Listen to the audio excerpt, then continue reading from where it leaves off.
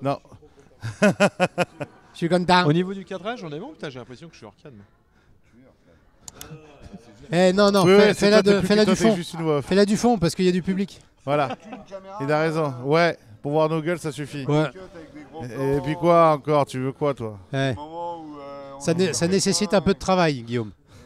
Et je peux fumer tranquille, tu vois, des trucs comme rien. Ça nécessite du travail et on est en vacances. Bonjour à tous, bonjour à toutes les amis, c'est Loïc, ravi de vous retrouver dans le carré pour une nouvelle émission. Et en live.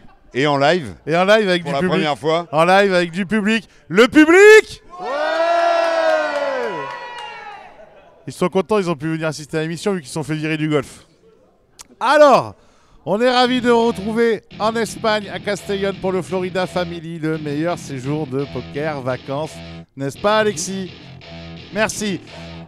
Tout de suite, des images.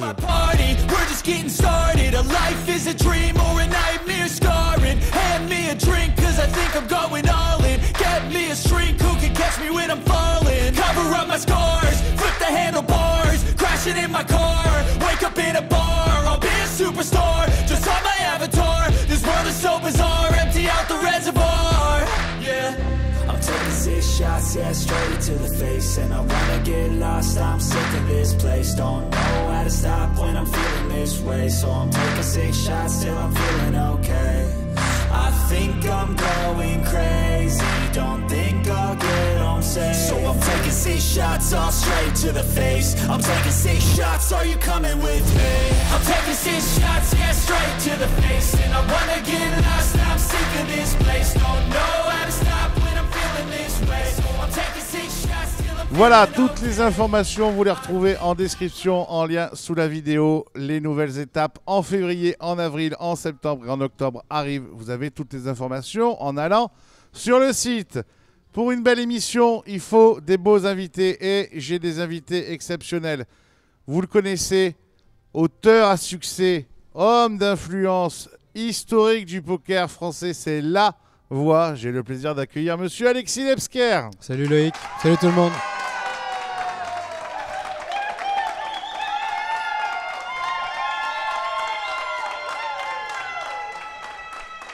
Je suis Très pas sûr que impressionnant. ce soit mérité à ce point-là. hein. Ouais, Si, c'est non. Ce qui est fou, c'est que là, les gens ne voient pas, mais des femmes dansent nues. Oui. C'est vrai. Avec nous, une autre légende du poker français. Il a gagné 4 WPT. Il a été sponsorisé pendant 12 ans. C'est le seul Français à avoir eu une poker room à son nom. C'est aussi le seul joueur français à avoir eu un sublime documentaire à son nom. Messieurs, dames, Guillaume Darcourt. Ça fait plus de bruit que pour Alexis Lebsker, j'ai l'impression. En tout cas, il y a des femmes qui hurlent Les le femmes plus. sont nues, là, Les pour femmes le sont coup, nues. hein. Là, les femmes sont vraiment nues. Et enfin, messieurs, dames, une dernière légende du poker français, c'est le coach emblématique du Florida Family. C'est aussi un joueur depuis une dizaine d'années en cash game, en tournoi. Un coach d'exception, monsieur Fabien Perrault.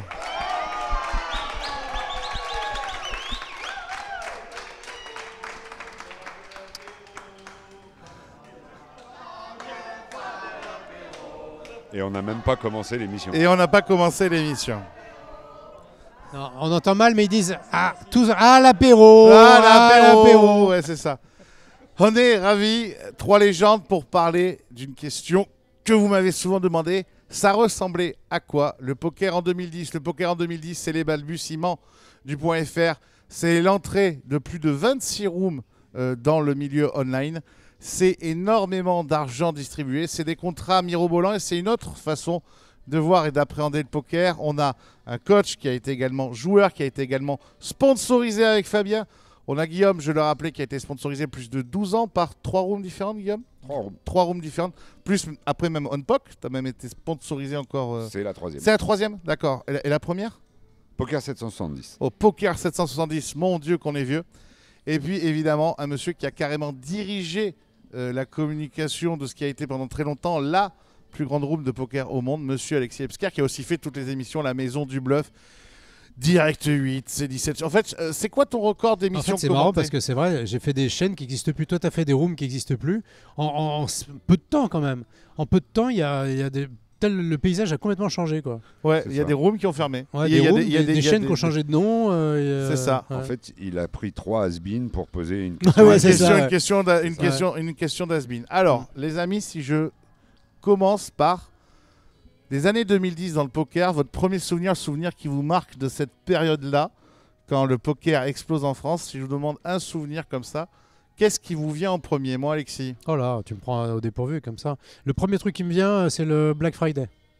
Ouais. Donc un truc un peu négatif, évidemment, même carrément négatif, parce que c'était un traumatisme. Moi, je venais d'arriver chez PokerStars. Le Black Friday, t'expliques vite fait pour les Le Black gens. Friday, ouais, bah, c'est d'un seul coup, aux États-Unis, le FBI décide que PokerStars, qui est leader sur le marché américain et européen, n'a plus le droit d'opérer aux États-Unis.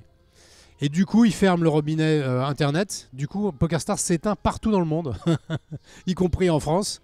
On n'a plus d'adresse mail, on peut plus recevoir de mail, on peut plus rien faire. Et on a notre site qui est éteint, quoi. Et c'est le week-end, on est vendredi soir, et le téléphone n'arrête pas de sonner, et je me rends compte qu'il y a une catastrophe qui est en train de se produire. Et le lundi matin, tu sais même pas si tu vas avoir un boulot. Ouais, tu sais pas si t'es pas au Non. chômage. Ouais, ouais. Ok. Et si les joueurs vont récupérer leur argent. Bien sûr. Ce qui mettra du temps au final. Ce qui mettra du temps, et pour certains, pour certaines rooms. On reverra jamais. Ça ne reverra Europoker, jamais. si tu nous vois. Guillaume, les années 2010, si t'as un souvenir, toi, qui te vient. Bon, une victoire WPT quand même, non? Non, tu vois, mais après j'ai été influencé par le thème, les 26 rooms, etc. Donc moi, mon premier souvenir quand tu as introduit comme ça, c'est PMU qui vient me chercher en 2010 pour entrer dans la team nouvelle et de ce nouvel intervenant sur le marché français. Pas simple intervenant à l'époque d'ailleurs, si tu peux raconter un peu comment ça se passe. Comment ça se passe quoi? Bah, ton recrutement et à quoi les gens font référence à la room au début, quoi. Mon recrutement, alors au tout début, ça se passe en... Je suis à Divonne-les-Bains et je croise Greg Serrand-Maillard qui me dit je travaille sur un projet pour PMU qui va faire du poker et je pense que ça serait pas mal que tu les rencontres. Et moi je lui dis m'intéresse pas. Le cheval, non. M'intéresse pas ton truc. Puis j'étais bien chez 770 et voilà, il me dit tu devrais réfléchir. Ok, par politesse je lui dis ok. Et puis on se revoit à Vegas avec PMU et puis là on commence à parler sérieusement et puis je vois qu'il y a un vrai projet derrière. Et là ça commence à être vraiment intéressant. Et les débuts, je me souviens de la première team PMU qui était donc surtout composée de... 770. Ouais. Ça, c'est, Ouais, room ça a qui pas n'avait été pas plus loin. d'avenir. Exactement. Donc c'était, Toi, tu te barres toujours quand il faut, toi. Ouais. Mais c'est peut-être parce que je suis parti que... C'est vrai. Non, C'est je vrai. plaisante. Jean-Philippe Rohr, Philippe Torzard, Rebecca Gérin et moi. La première team PMU. Que des jeunes. Et notre premier tournoi, c'est le WPT d'Amnéville. Et on passe 5 jours dans les couloirs du casino à entendre. Voilà, ça c'est les débuts de PMU Poker. Ça partait mal. Ça partait dur. Ça partait- Mon Fab, toi, début des années 2010, ton premier souvenir, celui qui te vient. Écoute, on m'entend?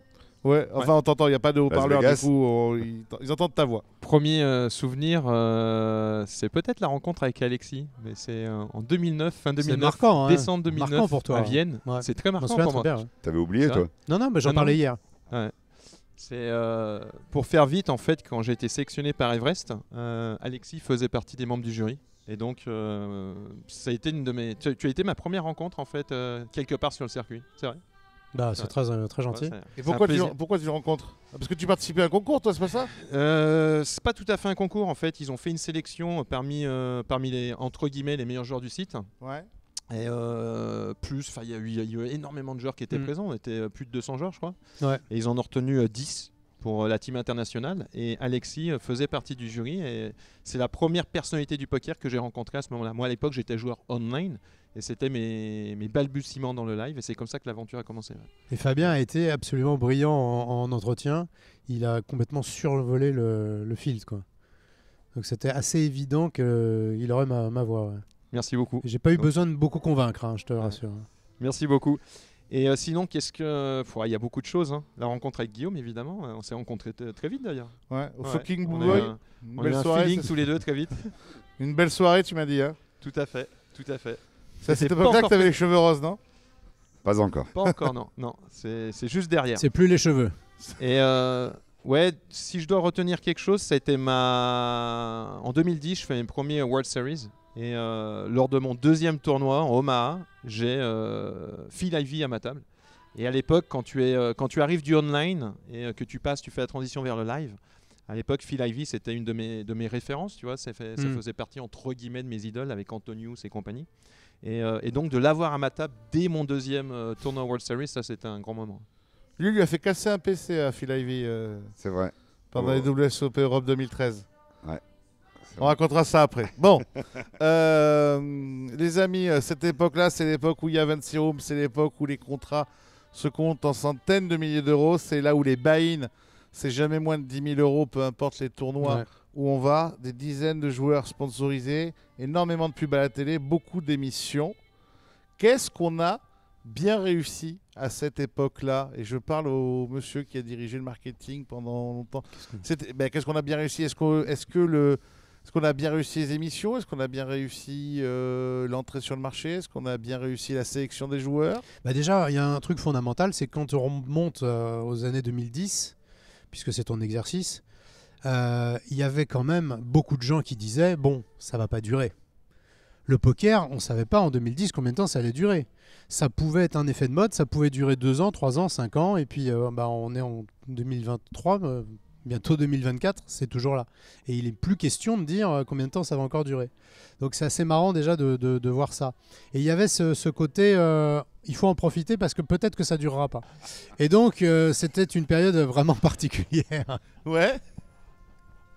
où tout pouvait apparaître. Il y en a changé. Tout pouvait apparaître Trouver- du jour au lendemain. Trouvez les 7. Oui. Voilà. Ouais. Je sais même plus la question, moi. Qu'est-ce qu'on a bien réussi? Alors donc, on a bien réussi à faire durer le poker, hein, qui était pas un feu de paille. Ça, on a bien réussi. On a bien réussi à l'implanter, à faire en sorte que les gens acceptent de jouer au poker et acceptent que ce soit plus un jeu de voyous, mais un jeu. Alors, je dis pas que la réputation est magnifique du poker, je dis pas ça. Au contraire. Mais je veux dire, voilà, c'est implanté. T'es joueur de poker, t'es plus quand même un marginal. Il y a beaucoup de gens qui jouent de façon normale, en compétition et tout. C'est quelque chose qui est accepté maintenant. Donc tout ça, ça a quand même été la popularisation et la pérennisation du poker. En gros, ça a été réussi. Après, ouais, il faudra. Ta deuxième question va être beaucoup plus drôle. Qu'est-ce qui a été raté? C'est ça. Ça, Mais c'est- ça ça, c'est arrivera très- après. Ouais.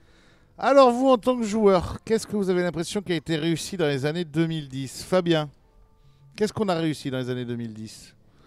Qu'est-ce qu'on a réussi en tant que joueur? Quand tu parles des Enfin, années non, 2000 qu'est-ce que l'industrie a réussi pour vous, les joueurs? Tu vois, est-ce que ça peut être la proposition, ça peut être les contrats, ça peut être vous amener plus de tournois, ça peut être des tournois moins chers, plus chers.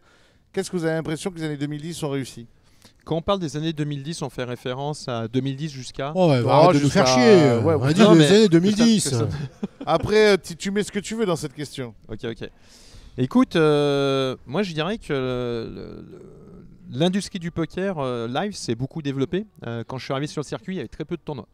Il y avait très peu de tournois. On avait quelques tournois par-ci par-là, des WPT par-ci par-là, avec des buy-in assez élevés. Et quelque part, aujourd'hui, si on voit l'évolution au fur et à mesure des années 2010, on peut se rendre compte qu'aujourd'hui, on a une offre qui est très pléthore en France, notamment d'ailleurs. Et bravo à tous ceux qui participent à ça. Et c'est vrai qu'aujourd'hui, ça s'est énormément démocratisé. Et ici, parmi l'audience qu'on a, j'imagine qu'il y a pas mal de joueurs qui jouent aussi des petits tournois à 200 euros, 300 euros, des buy-in à 500 et ainsi de suite. Ce qui, à l'époque, était relativement rare, si je me souviens bien. Et ça, Je je me trouve... souviens d'une phrase que je répète souvent de Julien Bricard qui disait « Un tournoi à moins de 3000 euros, pourquoi faire ?» Et on est en 2013, c'était quand tu étais à Haussmann. Donc il y a une grosse évolution par rapport à ça. Et ça, c'est quelque chose que je trouve vraiment très favorable à l'essor de notre passion, évidemment, puisque ça permet de donner la chance aux joueurs amateurs de pouvoir participer à plus de tournois. Et pour des joueurs semi-pro ou pro également, ça donne la chance d'avoir des adversaires beaucoup plus hétérogènes en termes de niveau. Et c'est vrai que je trouve ça plutôt bien. Voilà. Donc un bon point là-dessus. Il a placé 6 mots du Scrabble quand même pendant son interview. Monsieur Darcourt, qu'est-ce qu'on a fait de bien dans les années 2010 à part vous donner 404 contrats par an? Ça, Merci. c'était pas dans les erreurs. Hein. C'était dans les erreurs, ça. on C'était avait dans dit. les erreurs, ça, d'accord. Non, ils ont tout dit. Ils ont tout dit. Non, le seul truc que je peux ajouter en tant que joueur, mais c'est normal, c'est une évolution parfaitement logique, sont les conditions de jeu qui ont été améliorées. Mais c'est normal, comme tout, quand il y a un petit peu d'argent, que ça se professionnalise, qu'il y a des gens qui se penchent vraiment dessus. Voilà. On avait quand même avant 2010 des tournois qui étaient un peu des foutages de gueule aussi, hein, des structures dégueulasses. On jouait des tournois avec des 3000 jetons, les World Series. Les World Series se jouaient avec très très peu de jetons à l'époque. Donc voilà, ces conditions de jeu-là. Après, les conditions de jeu, même à la table, de confort. On a joué dans des endroits avant qui n'étaient pas spécialement confortables, exigus. Là, bon, tout ça, ça a été amélioré. Voilà ce que je rajouterais à ce qui a déjà été dit.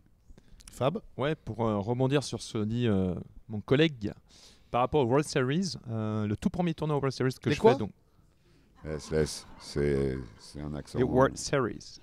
Les World Series, le tout premier tournoi que je fais à Vegas, à l'époque, enfin la première année où j'y vais, à l'époque, les buy-in les moins chers étaient à $1 500.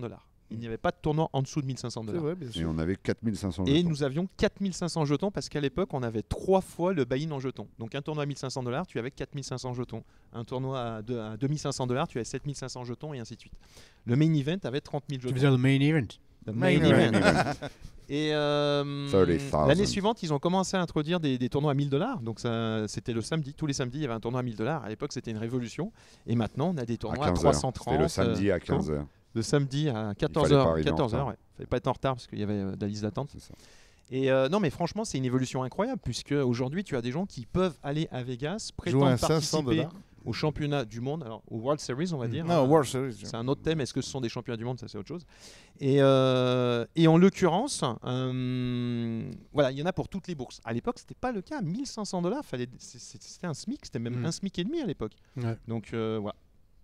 Petite remarque là-dessus. Mais surtout, t'avais 4500 jetons, Et fallait tu pas avais te rater. 4500 jetons. Ouais. Alors évidemment, les blindes étaient plus basses quand même. Hein. On démarrait sur du 25-25. On avait encore les fameux jetons verts de 25. Ouais. Mais c'est vrai, tu as raison. On avait beaucoup moins de profondeur.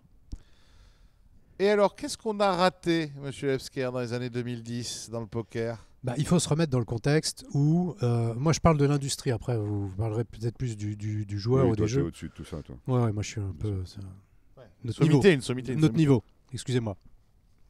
En fait, le poker est une énorme industrie, tout le monde le sait. Il va y avoir des centaines de millions d'euros à gagner. Et tout le monde est dans les starting blocks parce qu'en 2010, ça y est, l'autorisation pour les rooms de faire de la pub, d'opérer légalement sur le territoire français va être donnée. Donc tout le monde prend son élan. Et évidemment, il faut aller le plus vite. C'est un peu comme quand tu ouvres la porte de la salle de banquet, il faut bouffer le plus de gâteaux possible, quoi. Et tout le monde a ses méthodes et certaines rooms copient sur d'autres. Mais en gros, il n'y a pas... voilà, on sait, on va faire de la pub à la télé, ok, on va faire de la pub dans les magazines spécialisés, maintenant c'est autorisé. Et puis on va avoir une team. Et là, c'est là que c'est drôle, c'est que il n'y a pas des centaines de joueurs sponsorisables. Il y en a quelques-uns et il faut tout de suite miser sur les bons.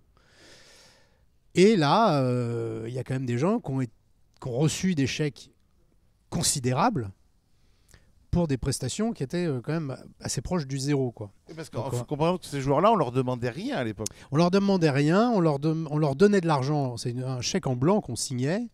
On parle de centaines de milliers d'euros, voire du million. Et on en a parlé un peu plus tôt dans la journée. La somme de base, c'était le million.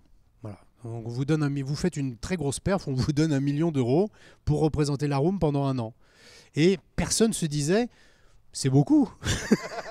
Personne se disait, et comment on va retrouver notre argent? C'est juste, on a beaucoup d'argent, donc on pense que mettre 1 million sur ce mec-là, ça va le faire. Parce que t'as pas de photos, t'as pas de vidéos, t'as pas les vlogs. Non, t'as pas après, il tout ça faut à l'époque. rajouter tout le reste. Ouais, quoi. mais Les- est-ce que tu veux dire, ta question au départ, c'est qu'est-ce qu'on a raté? Limiter.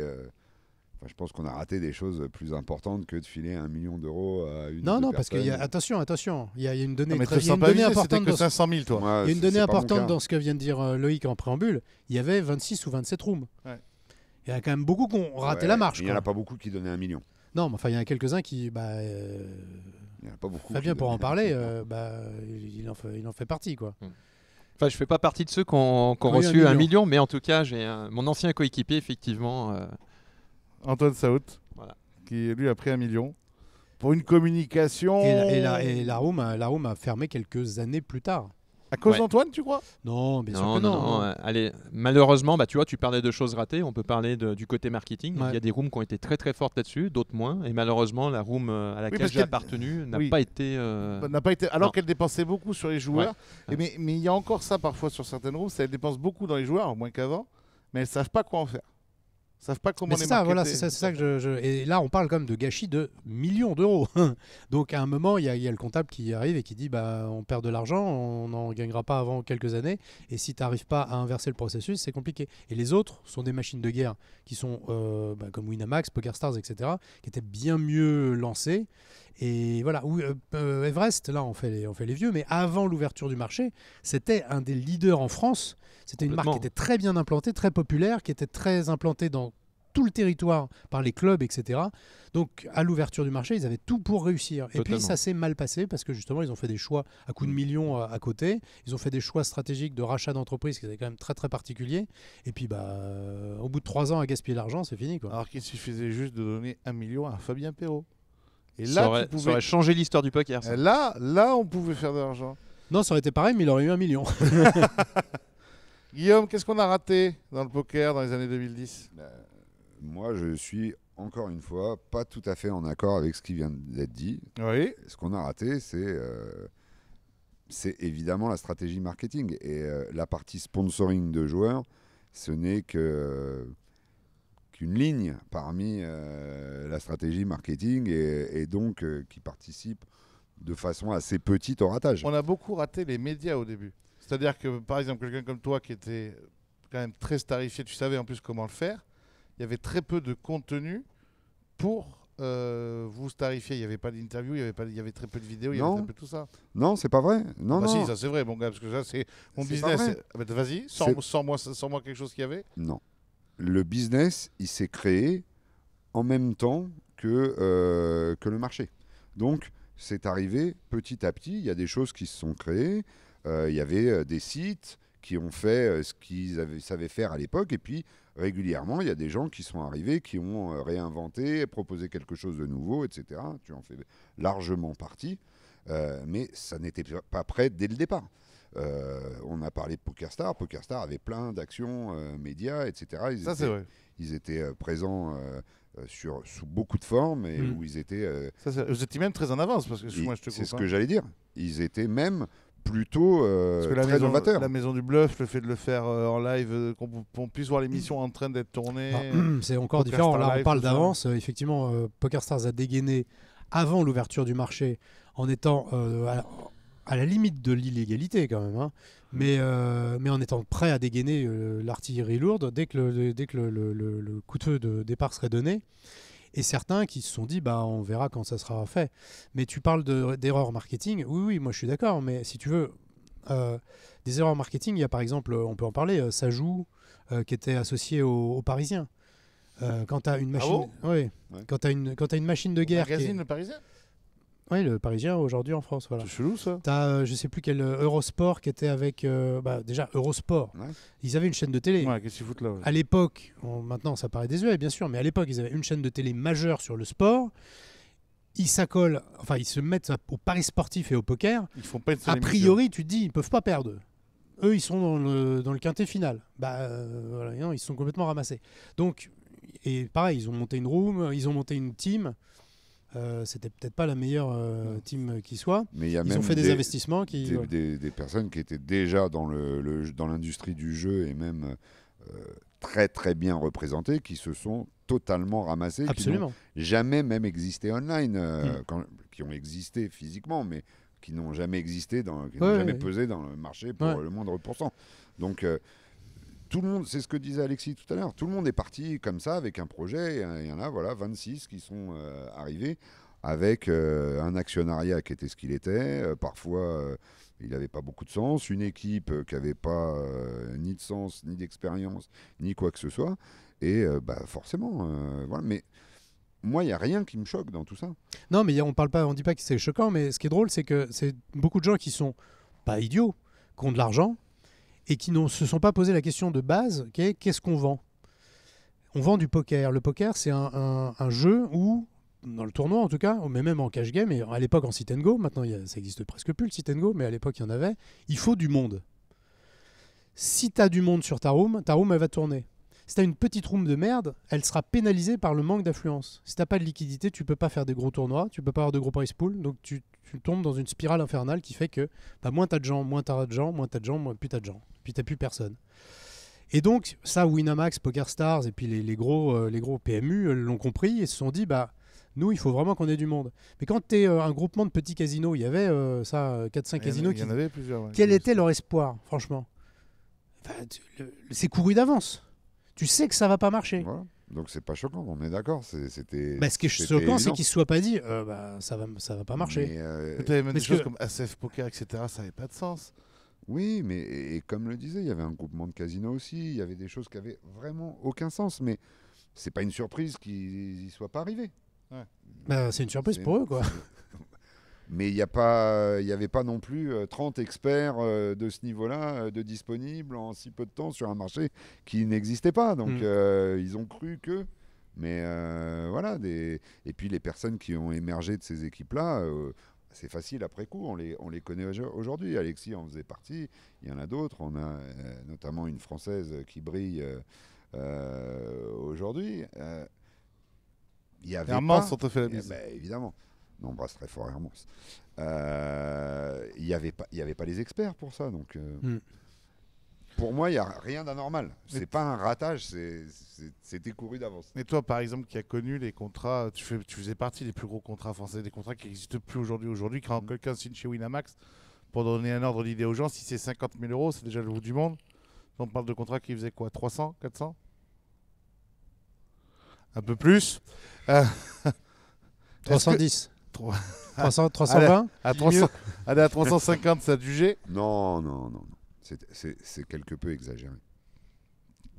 Je sais que ça faisait au moins 300, j'ai fait un docu sur toi. Ça dépend comment on compte. Oui. Est-ce que avec le recul, ok, t'en as profité, et puis ok, c'était la loi du marché de l'époque, mais est-ce que ça avait du sens ? Parce que par exemple, moi je peux y voir un sens dans l'idée que, ce que disait Fabien qui est très pertinent, c'est qu'à l'époque, de toute façon, les tournois sont tellement chers que tu pouvais pas faire des contrats beaucoup plus petits, parce que si tu voulais un peu jouer le circuit, vu que n'importe quel EPT était à 10 008 et n'importe quel high roller était à 40 000, c'était impossible de faire autrement. C'est ça la réalité du marché à l'époque. La question, et que beaucoup de rooms se posaient déjà à l'époque, c'est est-ce qu'il est utile d'avoir une team pro ou pas ? Et chacun faisait sa stratégie en répondant à cette question. Mais tout le monde a répondu oui, il n'y a pas eu de room. Non, il y a eu des rooms. Lesquels ? Mais je me souviens avoir eu cette discussion, notamment avec toi, dans les locaux de PokerStars France, mais parce que lui, à une époque où... Pardon ? Il y avait une team PokerStars. France ? Oui. T'avais quelques personnalités, mais t'avais des joueurs. On avait au moins, on a toujours eu 3 joueurs au moins. Ah ouais. T'avais qui ? Brécard, Bichon. Ouais, il y a eu ça, mais sinon il y a Elki, Brécard. Ah oui, Elki faisait partie de la team France. Ouais. Et Vanessa Rousseau qu'on casait en France. Ouais, mais c'est comme Elki, tu vois, c'était casé Team France, mais ça faisait 1 million de contrats, quoi. Mais chez PokerStars, c'était quand même un débat récurrent. Tout le monde n'était pas. Moi, je n'ai jamais été fan du retour sur investissement d'une team pro. D'accord. Alors que votre concurrent, toi, le premier, tu n'étais pas pour une team pro. Ouais. Donc, en fait, ce qui est intéressant sur ce point-là, c'est aussi de remettre les choses dans leur contexte et de bien repenser que là, on parle de l'ouverture du marché Et les premiers gros contrats sont arrivés avant l'ouverture du marché. C'est-à-dire qu'à l'époque, les rooms n'avaient pas de moyens légaux de communiquer. Les rooms ne pouvaient pas communiquer dans des magazines et ainsi de suite, puisque ce n'était pas légiféré en France. Hormis les magazines de poker. Oui, Hormis c'est les magazines de poker. c'est ça, il y en avait D'ailleurs, on 6. pourra revenir sur les magazines de poker, parce qu'à l'époque, il y avait énormément de magazines. Ouais, il y en avait Et 6. Il en a dirigé. Non C'est monté à 12. Quoi C'est monté à 12 parce que le groupe pour lequel je travaillais, on a monté 6. Ouais. Quoi 6 magazines de poker. Mais ça n'a Tu as aucun été sens. rédacteur en chef d'ailleurs. Ouais, j'étais rédacteur en chef de 4 sur 6 ou un truc comme ça. Et pourquoi vous avez fait ça Pour noyer le marché. Ah. Pour être omniprésent. Pour être. Mais c'est aussi pour ça que je te disais tout à l'heure, non, il y avait des médias à l'époque, Oui. c'était juste que... C'était autre chose. Voilà. Mais ça, Donc du coup, oui, et attention, beaucoup de les médias. ventes de magazines de poker, c'était entre 8 et 12 000. Ce qui est impensable maintenant. Ouais. On pourra en parler, mais c'est impensable maintenant. Ça a Aujourd'hui- beaucoup changé. Tout à fait. Aujourd'hui, il reste un magazine, deux magazines. Deux J'écris magazines. d'ailleurs pour un petit peu de pub. Il reste. Pour un live poker tous les mois. Live Poker. Lisez mes articles et Le ceux meilleur de- magazine de poker. Et on écrit tous les deux, on a une rubrique dedans. Excellent. Voilà, Voilà. lisez nos Voilà, rubriques. Donc c'est objectif. Mais à l'époque, Moi j'aime bien Poker 52, qu'est-ce que t'en penses? à l'époque, Avec le Poker 52, je crois que c'est plus qu'en version gratuite, j'ai l'impression maintenant. Je crois qu'il n'y a que Live Poker qui a encore. J'espère que j'ai pas de conneries, mais j'ai l'impression que Live Poker existe plus que la version gratuite. Ouais. Que Poker 52, il n'y a plus que la version gratuite et que Live Poker est le seul Peut-être, magazine ouais. qui est encore je suis pas sûr, je sais pas. en vente. C'est possible. Je pense. Mais- Ouais, c'est, Et pour revenir justement ce qu'on vient de dire, et je rejoins totalement Guillaume là-dessus, sur les moyens de communication et les médias. Bon, à l'époque, donc, les joueurs sponsorisés avant l'ouverture, c'était le moyen de faire parler de la room. Donc, il y avait quelque part une logique qui était derrière, même si les sommes pour certaines ont été astronomiques. Après, à l'ouverture du marché, ça a commencé à bien bouger à ce niveau-là. Mais au niveau des médias, par exemple, au niveau de la couverture des World Series à Vegas, il y avait énormément de couvreurs. Il y avait qui 10 se fois, déplaçaient. 10 fois plus de couverture à l'époque Ah, pour mais le bien coup sûr. que maintenant. Il y avait beaucoup il y a plus de quasiment plus couverture à personne. l'époque, beaucoup plus. C'est impressionnant la différence. Donc au final, tu vois, tout l'aspect communication, ainsi de suite. Bien sûr, on n'avait pas YouTube, on n'avait pas Twitch, on n'avait pas encore ces choses-là, mais il y avait déjà une couverture qui était très présente. D'ailleurs, pour le recrutement des joueurs, il fallait qu'il y ait une couverture. Comment tu vas recruter des joueurs si tu ne peux pas a priori communiquer à la télé comme... tiens, d'ailleurs, on pourra peut-être parler de la communication qu'il y a eu là-dessus. Mais donc, je te rejoins totalement, il y avait déjà des BABA. Évidemment, Loïc n'était pas là, donc c'était pas encore il professionnalisé a comme l'impression maintenant, mais il y avait qu'avant déjà- lui, Voilà. il n'y avait rien. Mais d'une certaine manière, il Et a après, tout à fait tort. oh, c'est mignon ça. Et après lui, le déluge. C'est ça. La télé, mon Alexis. Hmm. Pourquoi il n'y a plus rien d'ailleurs aujourd'hui Il n'y a plus d'argent, c'est ça on parle de 2010 ou on parle de 2023? Bon, dis-moi pourquoi il n'y en a plus maintenant. Bah, dis-moi il pourquoi. faut des gens pour mettre de l'argent dedans, il faut des projets. Parce il que faut- la maison du bluff, grosso Mm. modo, Mm. qui était, je pense, on est tous d'accord, l'une des plus belles opérations marketing faites dans le poker. Bah, c'était en tout cas. Qui a vu la maison du bluff une seule fois dans sa vie ici? Ah, voilà, donc Tout le monde. Quasi tout tout le le monde. monde. Il y a que des vieux. Vous l'avez vu en direct ou... Et qui regardait le streaming en direct juste pour voir l'émission être en train de tourner ou le regarder sur Énergie? Qui c'est qui l'a regardé sur Énergie? Et qui c'est qui l'a regardé en direct? D'accord, donc C'est oui, plus ok, donc Énergie, il y a quand même. 3 chômeurs, il y a 3 chômeurs et Toi, le tu l'as les fait autres sont tout le des temps, ouvriers. toi. Qui voudrait y aller? À noter qu'avant la maison du bluff, tu avais, je sais pas si tu Poker l'avais Mission créé, mais en Caraïbes. tout cas, ouais, exactement, ouais. Mm. Animé, Ah, créé, peut-être. tu t'es bien gaufré au frais de la princesse, toi. T'es parti au Caraïbes. Ah ouais. Il était fort. Non, mais il y en avait un encore avant, à Las Vegas. encore Ah oui, tout à auquel fait. j'ai- Mission j'ai Las pas Vegas, non, participé. c'était pas ça C'est ça, Poker exactement. Mission Las Vegas. Lui est parti au Caraïbes, tourné avec Clara Morgan. Sacré projet. Pourquoi il y a... Est-ce qu'il faudrait qu'il y ait encore... Parce que là, vous avez vu, il y a une nouvelle émission qui est sortie d'ailleurs là d'Actu Poker un petit peu là, sponsor Winamax, etc. Mais j'ai l'impression que je sais pas du tout si c'est bien. Je suis sûr que Winamax l'a bien produit sans souci, mais j'ai l'impression que c'est tellement peau de chagrin comparé aux 30 émissions qu'il y avait à un moment donné. Ah oui, bah c'est sûr. Bah, Il y a même déjà, eu une en émission volume. de street poker financée. Oui, c'est ça. Bah, il y a eu un peu tout le monde a eu essayé, tout. mais c'est ce que disait Guillaume. En fait, il fallait lancer, c'était le départ. Donc les gens tentaient un peu des trucs.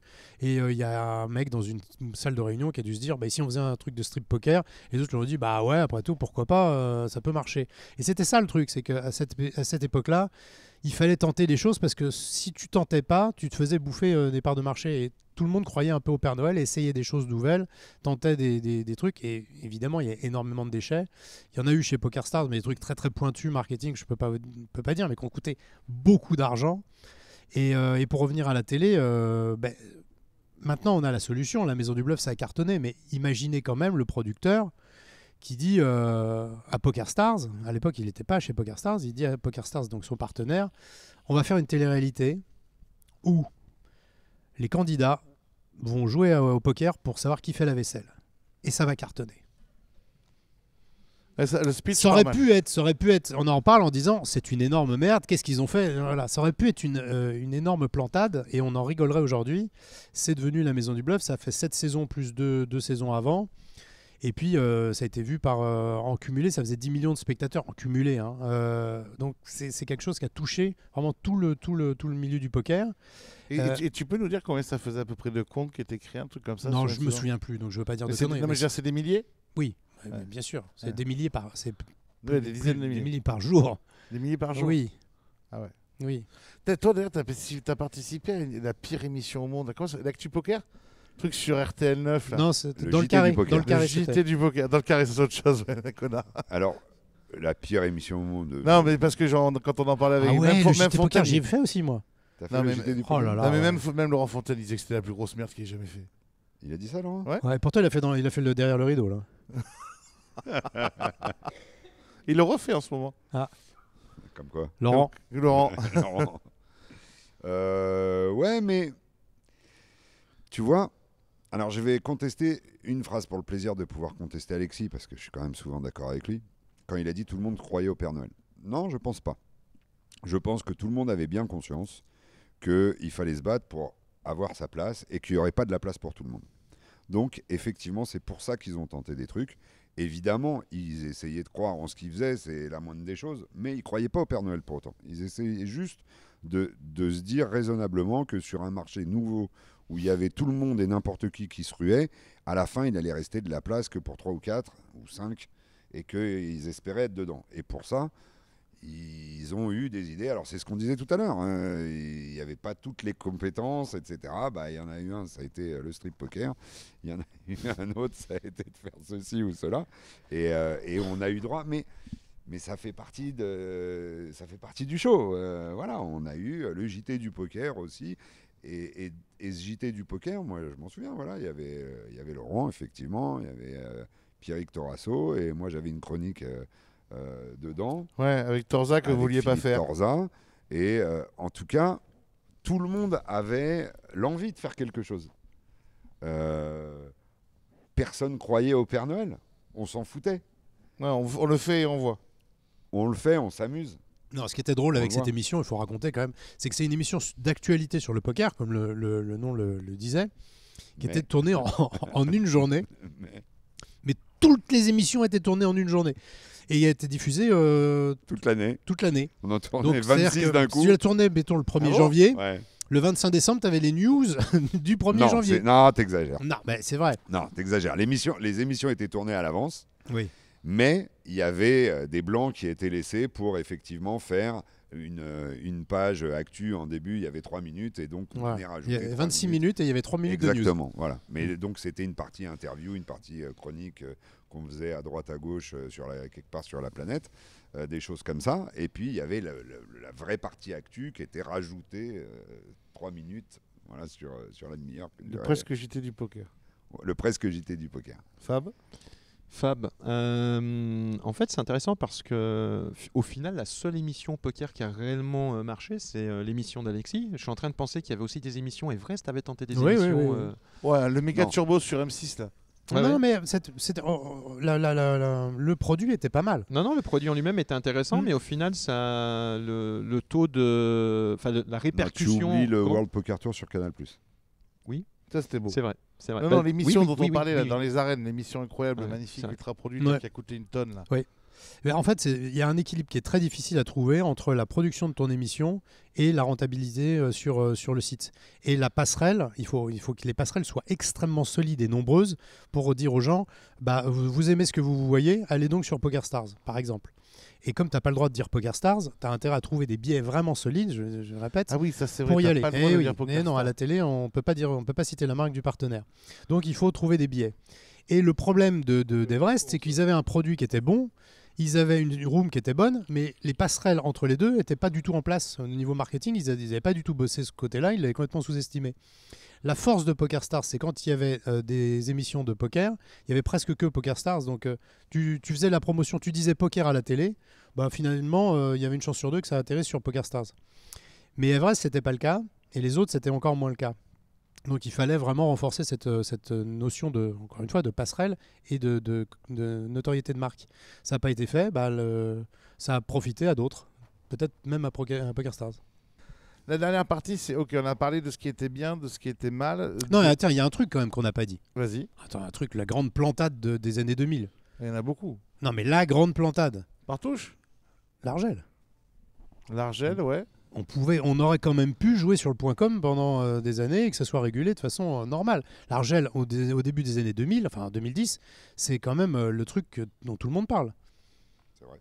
On a oublié, on a fini par avaler la pilule. Mais c'est vrai, ouais. On a même eu des grèves de joueurs sur les sites qui se sont mis en site out et compagnie pour des raisons de prélèvement. Enfin, c'était. Ouais, non.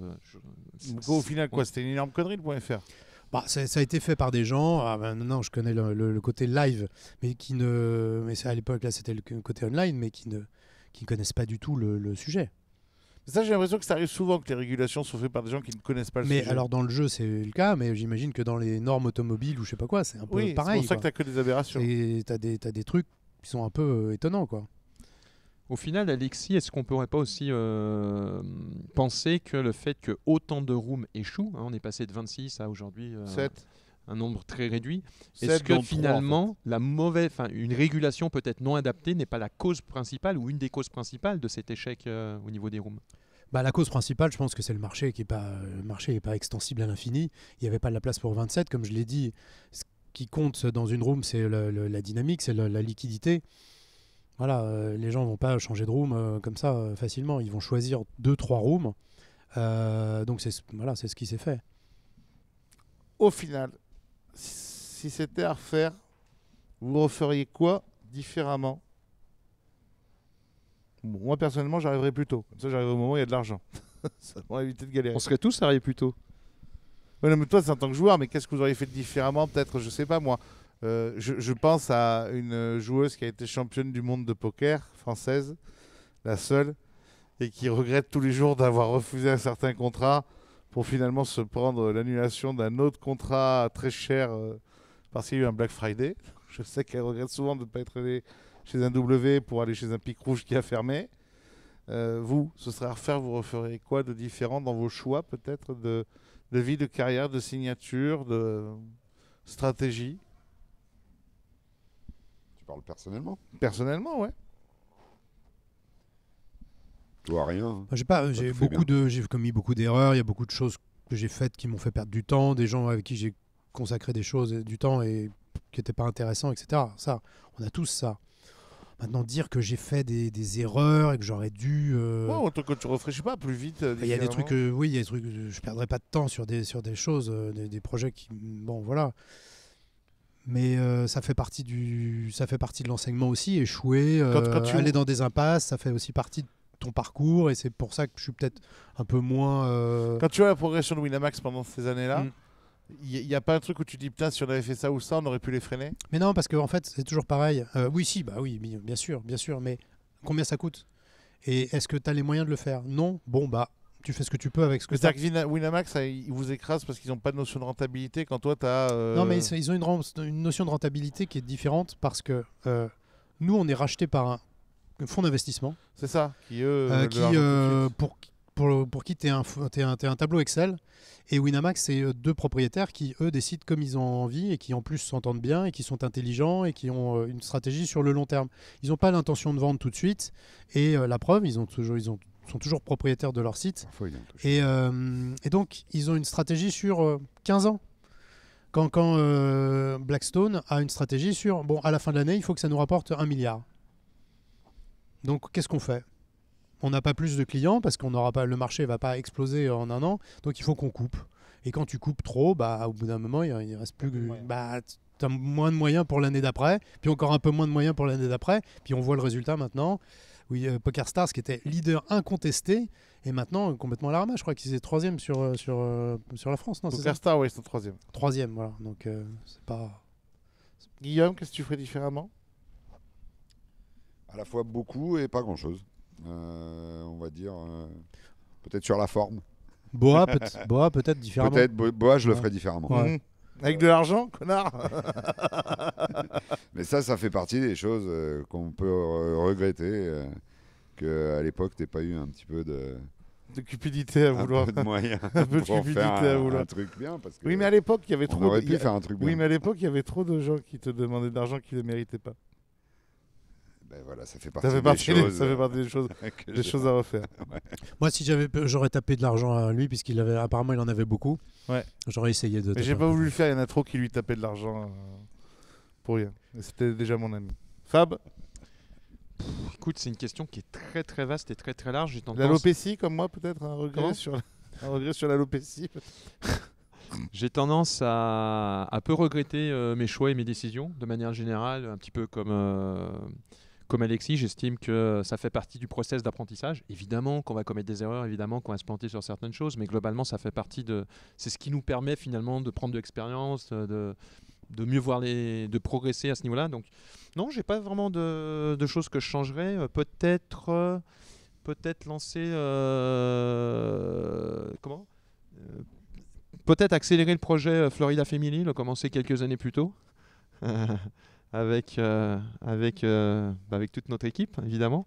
Non, franchement, j'ai pas vraiment de choses où je me dis tiens, je l'aurais fait différemment ou en tout cas, il y en a probablement, mais j'ai pas grand-chose qui me vient en tête. Peut-être être un peu plus proche d'Alexis à l'époque parce que je vois que c'est quelqu'un de très influent. Non, mais je suis marié, ça très marchera pas. Tu perds ton temps. Mais ouais, non, c'est une bonne question néanmoins. Ouais, non, j'ai pas une réponse. J'ai fait une émission sur le poker en 2033. Ah bah ça, ouais, ça, voilà, c'était raté. Tu l'as même pas vu, je suis sûr. C'était quoi? Voilà.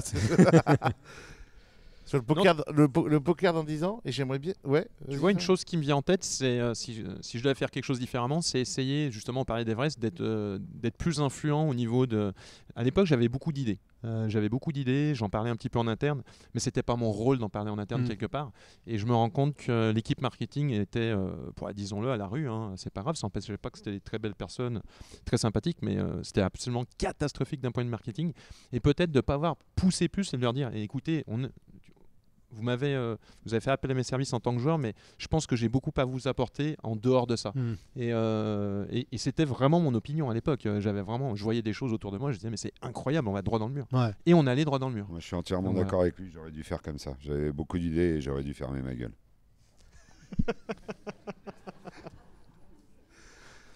Donc je disais, j'ai fait une émission sur le poker en 2033. Juste une question pour finir. Vous, le poker dans 10 ans, vous pensez que ça ressemble à quoi, grosso modo?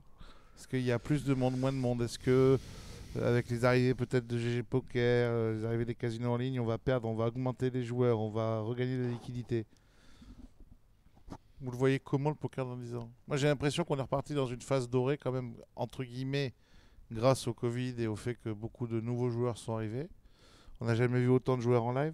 Ouais, mais beaucoup de joueurs, je crois que une grosse partie des joueurs jouent sur des expressos, spin and go, etc.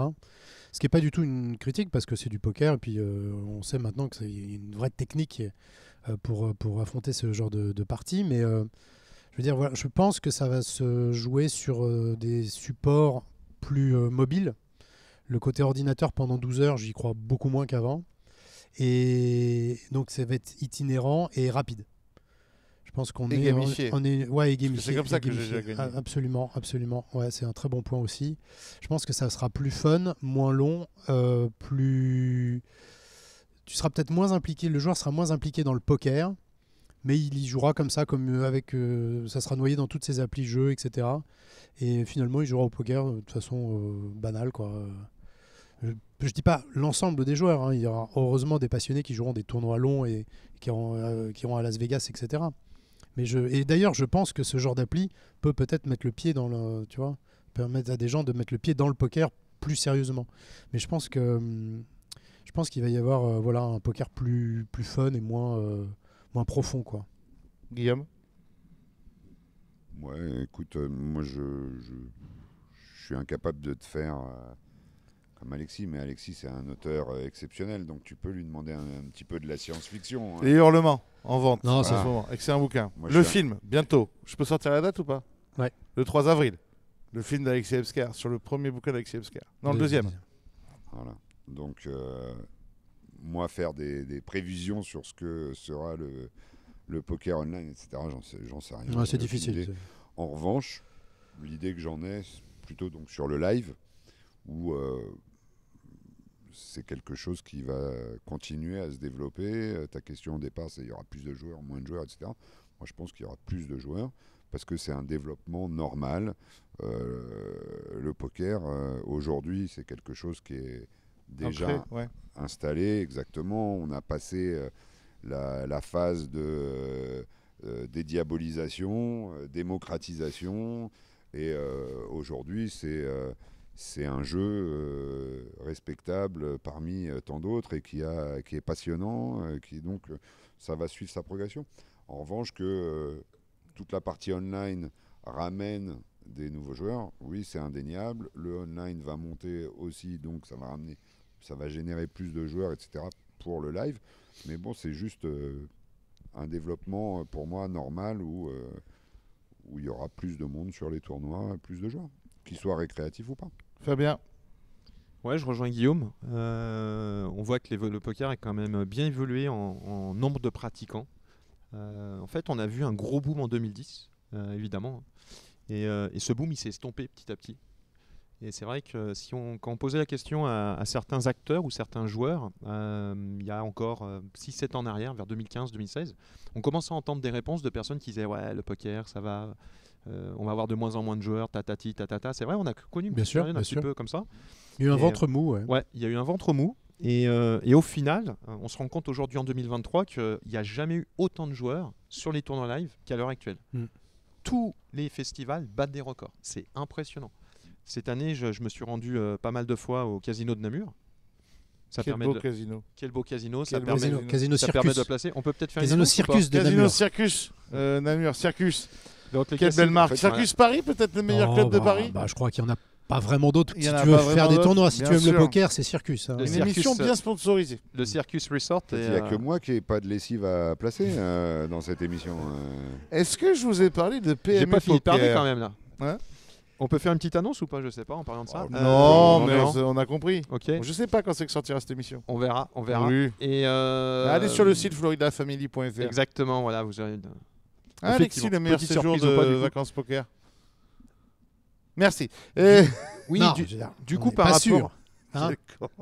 Par rapport à cette, Bien sûr. évolution, donc le poker a un petit peu le vent en poupe, notamment sur le live, mais même online, les chiffres sont quand même relativement bons en tournoi notamment, comme tu le disais, en spin, expresso, tous ces formats-là. Twister ou tous les noms que chaque room pourra donner à ça. Maintenant, il y a quand même, des points notables à noter. C'est au niveau du cash game. La fréquentation cash game est en forte chute depuis X années online, sauf si je me trompe, mais jouant moi-même, je m'en rends compte. Et ça, du coup, si je fais une prévision dans 10 ans, c'est très très dur de savoir. Par exemple, qui aurait pu prédire les expressos? Ouais. L'arrivée des expressos, c'est arrivé d'un coup, c'était quelque chose de complètement nouveau. Mm. Ça a totalement révolutionné l'écosystème poker. Au Et ça niveau- l'a peut-être un peu sauvé. hein.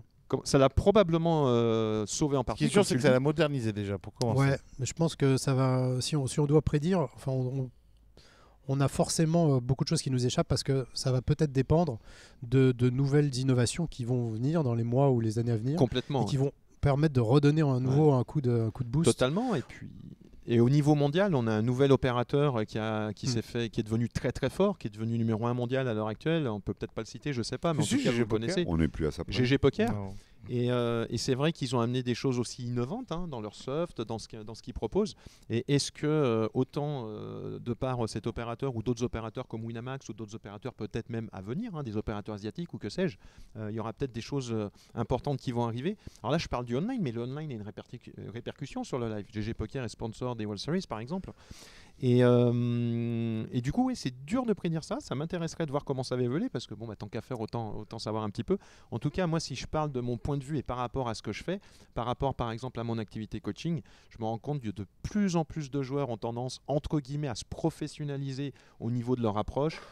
Beaucoup de gens viennent me voir par rapport, non seulement par rapport à tout l'aspect technique, poker, tout ça, mais aussi par rapport à tout l'aspect macro, organisationnel, tout l'aspect mental, tout l'aspect alimentation, sport et ainsi de suite. Et je me rends compte que c'est peut-être une évolution où les joueurs prennent conscience de l'importance de la préparation. Donc, est-ce qu'on aura des joueurs très préparés ou ultra préparés dans 10 ans ? Je n'ai pas la réponse. Mais en tout cas, c'est une tendance qui évolue même au niveau amateur. Eh bien, écoutez, les amis. Ah non, mais merci. c'est pas fini, c'est pas fini. Non, c'est pas fini. Tu peux pas finir là-dessus. On a déjà terminé Il la y mission. a et une c'était énorme court. différence entre 2010 et maintenant que tu n'as pas abordé, on peut pas passer à la trappe. Ah. Bah, en 2010, c'était des cercles de jeu. C'est pas pareil que les clubs de jeu, quand même. On peut pas ne pas parler de ça. Tous les cercles de jeu ont fermé à Paris et il a été remplacé. Il y a eu un vide et puis ensuite il a été remplacé par les clubs. C'est quand même une énorme différence. On peut dire pourquoi. On peut essayer Mais de- c'est moins bien ou c'est mieux d'après toi? Bah, ça dépend. Pour blanchir l'argent, c'est quand même beaucoup moins bien. mais non, mais faut dire ce qui est. Ils ont été fermés pour une Il raison. n'ira quand pas même, encore ces- ces prochaines années, Alexis. Oui, vas-y, Mais continue. aujourd'hui, les établissements de jeu qui opèrent à Paris sont sous contrôle étroit des autorités et le respect de la réglementation est juste la base. Ce qui n'était pas le cas avant. Mais est-ce que du coup, vous êtes Ah, gagnant? Bah, moi, je vais te donner un exemple. Dans un club, dans un cercle de jeu, et je sais que vous avez d'autres exemples, hein, mais je vais donner Mais juste on va mon donner le témoignage. meilleur club de poker. Non, de non, mais à Paris. l'époque, je te parle dans des Ah, années pardon. 2000, je sais pas, enfin peu importe, 2007, etc. Peut-être. Il y avait des tournois à re-entry. Oui. Tu avais des re-entry, le mec il faisait ou rebuy, c'était rebuy, tu rebuy, et puis le compteur de rebuy sur l'écran. Bougez Bougez pas. pas. Ouais. C'est-à-dire que l'argent, bah, il y en avait forcément plus, puisque vous voyez les mecs qui sortaient l'argent sur la table, et le compteur changeait. Alexis, fais-moi plaisir. Tu joues le tournoi? Ça me fait plaisir. Alors, je vois de quoi tu Je- parles. J'ai là, joué le même tournoi. Non, c'était bien avant. Hein. 1000 €, le compteur de buy-in, il bougeait pas. Hmm. Donc voilà. Ça fait partie des choses qui ont complètement disparu, heureusement. Moi, j'ai appris dernièrement qu'au blackjack, dans les sabots, il n'y avait pas si jeu. Hein. Ah ouais. Ouais, moquer des cartes. Bon, ça, c'est des choses qui sont aujourd'hui complètement impossibles. Donc, si on se met à la place, et c'est quand même normal de se mettre à la place des joueurs, il y a une protection du joueur, de l'intégrité du jeu, de l'intégrité de l'argent, de l'origine de l'argent. Enfin, c'est quand même des choses assez fondamentales qui ont considérablement changé et dont on peut quand même se réjouir. On finira là-dessus. Dis-la ta connerie. Non, Dis. Ça va. Ça sera coupé. Allez au Club Circus Paris, le meilleur club de jeu de Paris. Oui, voilà aussi. Donc, merci d'avoir répondu à mes questions, les amis. Fab, on te retrouve au Florida Family, partout sur le circuit. Besoin de coaching, on va sur... Sur mon site, vous tapez sur Google. Google est votre ami. Ou On tape. FP Pro Coach, Fabien Perrault. Qu'est-ce que c'est beau. Vous avez envie d'aller à Marrakech, vous voulez les meilleures adresses, vous voulez les meilleurs tournois, les meilleures villas, vous voulez vivre la belle vie. Les meilleures villas aériennes. Hein, puisque c'est voilà, une nouvelle activité vous- à Marrakech, je peux te dire. 3615 d'Harcourt. 36-15 Non, d'arc. mais tu peux aller sur mon site internet. T'as un Il site s'appelle internet comment? Ça s'appelle darcourt-williams.com. Mais non, tu déconnes. Ouais. Ah, c'est beau, ça, notre vie. Enfin, messieurs, dames, Hurlement, le dernier excellent polar de Monsieur Alexis Ebsker qui vient encore de recevoir un prix, est disponible partout dans les bonnes librairies. Mhm. Les anciens en poche partout dans les bonnes librairies. Aussi. Et le 3 avril sort film Le mangeur d'âme. Le Mangeur d'âme tiré de ton deuxième bouquin. Ça fait quoi d'avoir un film où il y a marqué inspiré du livre d'Alexis Ebsker? C'est le kiff. On est d'accord qu'on Mais était... oui, c'est top. Moi, je boude jamais mon plaisir. J'aurais jamais imaginé que ça irait jusqu'à ce niveau-là. Donc, c'est un pied absolu. Ouais. Il est évident de te rappeler que je suis ton ami. Que si je ne suis pas à l'avant-première, ça va chier. Merci à tous de nous avoir suivis. Merci au public du Florida Family. Et on se retrouve très vite dans le carré. Ciao, ciao, ciao.